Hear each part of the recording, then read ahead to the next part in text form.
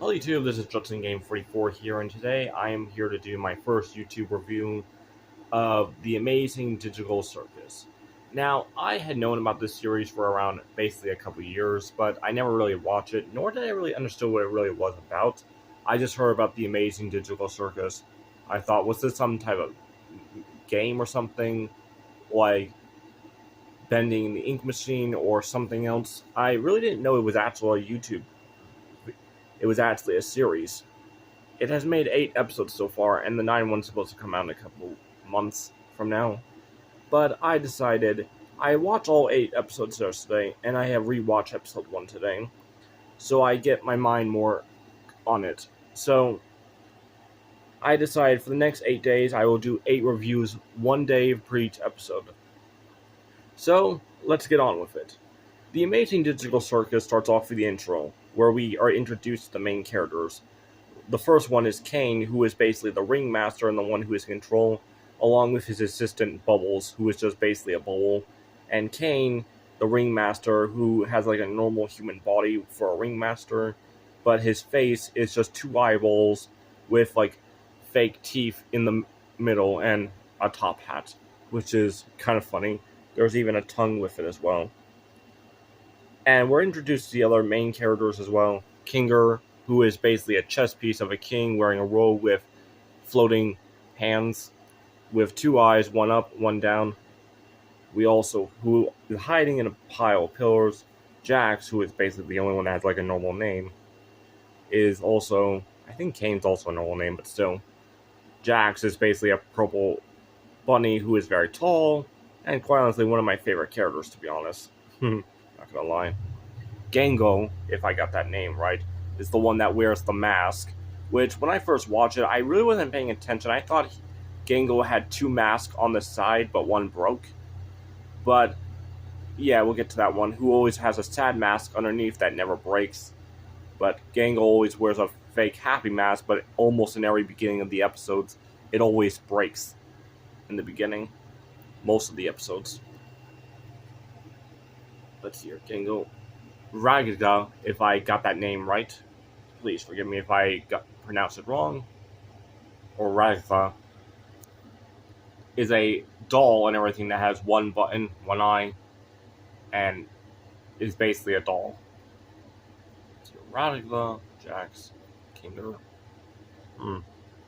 Oh yeah, Ganger. That's 5. Who else am I missing? I know I may have missed. Oh yeah, Subal. If I please tell me I got that name right, because that name is like, wow, did they really name her that? It's basically a random toys all put together. And honestly, during the intro, it's kind of like just a fun showing things what goes around. There are some things that are kind of like glitching around, but then a new character comes who we quickly known as Panya, and she's like confused and scared and everything, wondering why the heck is she here. Apparently we figure out that she put on a headset, which then that made me realize, oh, that's why it's called the Digital Circus. They're in a digital world. So anyway, yeah. Apparently we quickly learn that all these characters are a bunch of humans who are all in a virtual reality world, but none of them can take off the headset, nor can they remember their names. So they basically lost that, so they were given new names, which is quickly explained from the other characters. Anyway, Panya quickly gets a tour of the place, which honestly, not gonna lie, it's pretty cool. The sun, the void, and pretty much the pool area, along with the carnival, which I don't think we ever went to in the series. And the tent, honestly, kind of was... Oh, I mean, I guess I am a bit ahead of myself. Basically, the tour area.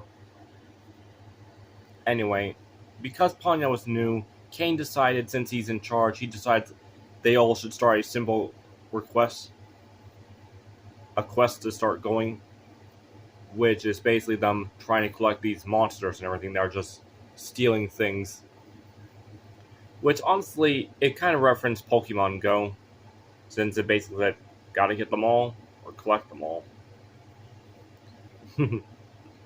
Anyway, there is also another character that was in the intro but wasn't there, so they just had a sign of him. most of the characters decide to go visit him while the others decide to go.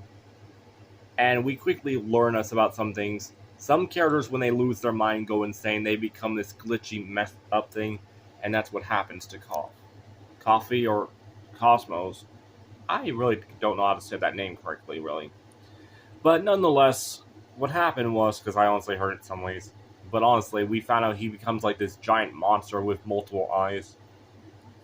And they call it he's now been extracted. So what happens with this what happens with him is that he turns into this monster and anything he touches begins to glitch out. Some of the characters do, some other objects do. And honestly, throughout this episode, it's basically Panya trying to find a way out because she thinks she could find the exit, but also she's trying to help but can't. And eventually, when she found herself in the void, Kane figure out what was happening and fix up the mess. Cosmos is sadly sent into the cellar, which is basically there's multiple other creatures like him who are all trapped down there and had went insane. And it was well known because if you look closely as they were going through the hallway of the rooms, you would notice there were signs that had the X on it. I didn't notice that at first until my second time watching it, but I have to say it was pretty interesting to notice that detail. Now, apparently, after the game was over and everything they were playing, they were given a reward, which this is something that pretty much all the players do after the mission's complete. They receive an award, and it was like a dinner. So anyway, now that we got on with that, what was my opinion on this episode? It was honestly kind of really fun and interesting to see how they were doing it. The animation kind of resembled a video game world. Well, since it is a digital world, of course it would be. But there were things glitching out randomly in certain places, like a pot and flower during the intro when Panya just arrived. And also just some things being picked up by those creatures. It kind of resembled from one of those video games that you can just pick up and they just move around rambling. It kind of reminded me the Patrick Star game, where you were just able to pick up things, even big things, and it just looks so weird. And honestly, when it comes to the rest of the game, it was just kind of the quest they were doing was just really weird. I kind of did not really understand what the big queen monster was really talking about all that much, but dang. So, anyway, what was my opinion on this? It's definitely a good episode. It was definitely interesting because it definitely gives you an idea that there's something going to be going on in this game, giving you hints. Or you probably think this is just the first episode and it's just going to be kind of like this throughout the rest of the series.